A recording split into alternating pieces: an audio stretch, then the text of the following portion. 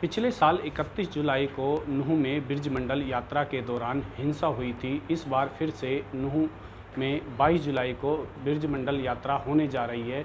हिंदू संगठनों के द्वारा ऐलान कर दिया गया है कि 22 जुलाई को नूंह, फिरोजपुर झिरका और सिंगार में यात्रा निकाली जाएगी।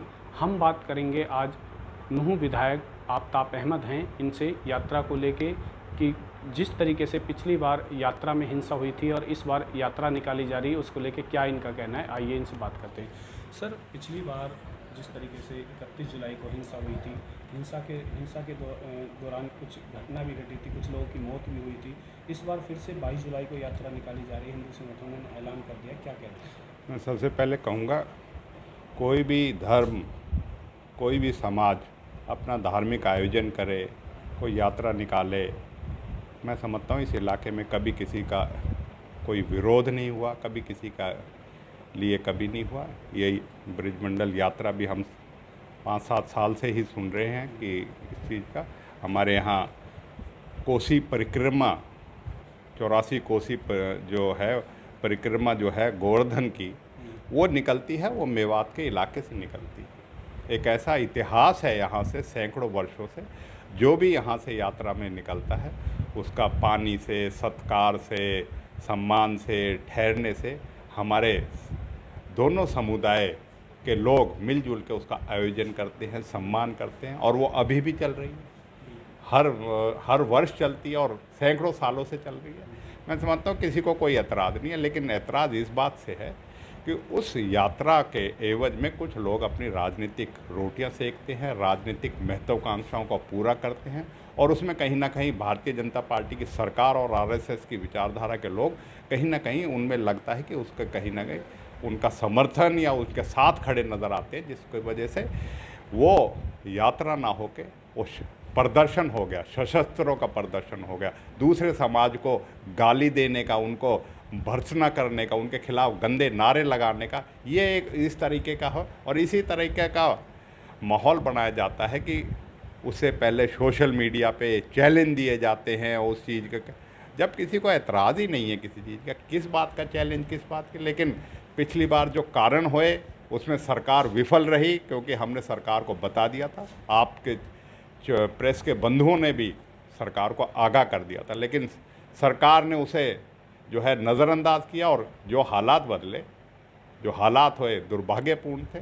आप कह रहे हो घटना, बहुत बड़ी घटना हुई जिससे समाज, यहाँ के आपसी भाईचारे को इतना जो है नुकसान पहुँचा, एक दूसरे से हज़ारों सालों से मिलजुल के रह रहे हैं, उसका नुकसान हुआ, जान माल का नुकसान हुआ, संपत्ति का नुकसान हुआ। और मैं समझता हूँ कि जो विश्वास एक दूसरे में था वो हुआ, और हुआ सिर्फ सरकार की अपनी जो है कमज़ोरी की वजह से, निकम्मेपन की वजह से, और एक स्थिति को भांपने की वजह से। अरे सरकार का काम है कानून व्यवस्था को कायम रखने का। अब इस साल भी हमने जो है कहा है कि पिछले साल जैसा अगर हालात होने हैं तो उसका आप अपना संज्ञान लें, क्योंकि पिछली बार भी हमने बता दिया था। आज भी मैं समझता हूँ कि हज़ारों लोग जेल में बंद हुए, आज भी सैकड़ों जो है निर्दोष लोग आज भी उन जो है उनकी जो मुकदमे हैं उनमें अंदर हैं। हज़ारों लोगों के मकान प्रतिशोध और जो है द्वेष की भावना से अगले 2-3 दिन के बाद सरकार ने तोड़ दिया, अवैध निर्माण बता के। तो ये मैं समझता हूँ सरकार की अपनी कमज़ोरी को छिपाने के लिए निर्दोषों को अंदर कर देना, गरीबों के मकान तोड़ देना, उनके ठिकानों को तोड़ देना, ये लेकिन थी वो सरकार की कमी। सरकार की कमी को मानना चाहिए। सरकार अपनी कमियों से और अपनी जिम्मेवारी से दूर नहीं भाग सकती। और अब की बार भी हमने डीसी और एसपी को पहले ही इस बात के लिए आगाह कर दिया है कि अब फिर से माहौल बनाया जाना शुरू कर रखा है। एक पूरे समाज को जो है टीवी पे आपके माध्यम से उसको मिनी पाकिस्तान तक का जो है नाम दिया जाने लगा। मतलब ये कोई वो है कि जो इलाके के लोग हैं वो इस बात से अपमानित महसूस करते हैं, और इसी तरह का माहौल पिछली बार बनाया गया, इसी तरह का शरारती तत्व और जो जिनकी राजनीतिक महत्वाकांक्षा है उसी तरह का करने से। इस यात्रा में पिछली बार भी बाहर के लोगों ने ही इस तरह का माहौल ख़राब किया, बाहर के लोगों का ही यहाँ इकट्ठा होकर टकराव हुआ। हाँ, जगह ज़रूर नूंह कलंकित हुई और नूंह में इस चीज़ का हुआ। मैं कहता हूँ कि सरकार अपना जिम्मेवारी निभाए, इस तरह के लोगों को, वो चाहे किसी भी समाज के हों, उनके खिलाफ कार्रवाई करे और ऐसा माहौल ना बनने दे कि फिर से कोई कानून व्यवस्था को अपने हाथ में ले और इस तरह के आयोजन की आड़ में अपने राजनीतिक रोटियां सेके और राजनीतिक लाभ लेने की चेष्टा करे। इस बात का हमने पहले से ही कह दिया और सरकार अपनी विफलताओं से कुछ सीखना चाहिए इनको।